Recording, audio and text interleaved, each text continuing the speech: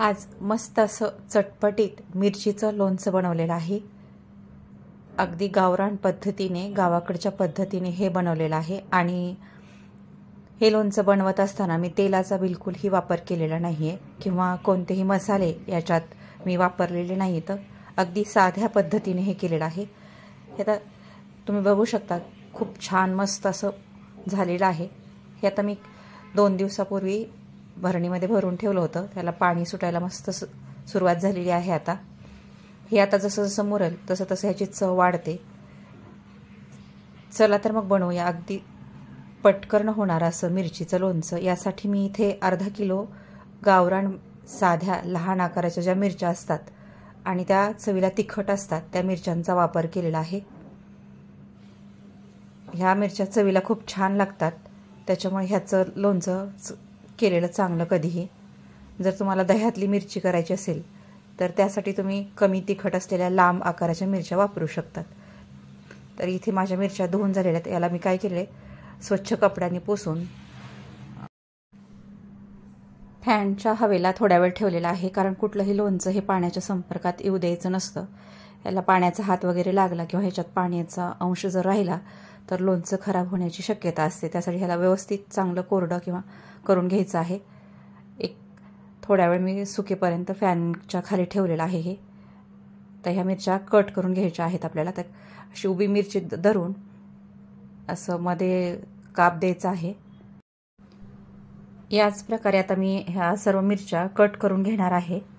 हे पहा, या पद्धतीने। आता साहित्यामध्ये 50 ग्रॅम हळद आणि 125 ग्रॅम मीठ वापरलेलं आहे। अगदी एवढंच साहित्य मी वापरलं। तर ह्या पहा, ह्या सर्व मिरच्या मी आता या पद्धतीने कट करून घेतलेल्या आहेत। आणि हे हळद जी आपण घेतलेली आहे 50 ग्रॅम, अर्धा किलो मिरच्यांसाठी मी 50 ग्रॅम हळद घेतली आहे। ती हळद आणि हे 125 ग्रॅम मीठ मिक्स करायचं आहे, व्यवस्थित एकजीव करायचं आहे। हेच पहा, आपलं लोणचं तयार आहे। आणि हेच आपल्याला आता भरणीत भरून ठेवायचं। स्वच्छ एक कोरडी भरणी घ्यायची आहे। याला धुवून 1-2 दिवस त्याला ऊन दाखवून भरणीचा वापर करायचा आहे। शक्य असेल तर काचेच्या भरणीत तुम्ही नक्की भरा। यात थोडं थोडं टाकून याच्यामध्ये जे आपलं मिश्रण आहे हळद आणि मिठाचं ते मध्ये मध्ये टाकत ही मिरची अशीच भरायची आहे। काहीही याच्यात दुसरं मी मसाला वापरलेला नाही, केवळ हळद आणि मीठ यानेच ही भरून ठेवलेलं आहे। आणि छान असं खालीवरी करून हलवून घ्यायचं आहे। आणि हे पहा, आपलं झटपट असं लोणचं झालेलं आहे। आता मुरत ठेवायचं आहे। 2 दिवसानंतर ही भरणी मी तुम्हाला दाखवत आहे।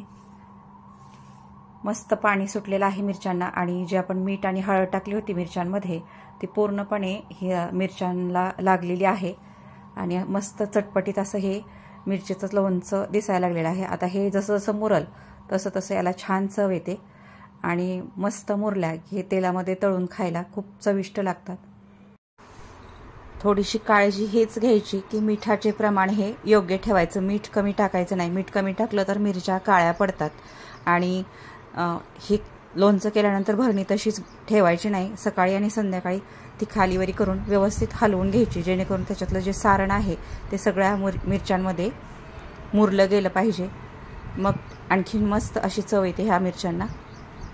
माझं हे मिरचीचं लोणच्याची रेसिपी जर तुम्हाला आवडली असेल तर माझ्या चॅनलला नक्कीच सबस्क्राईब करा, व्हिडिओला लाईक आणि शेअरही करा।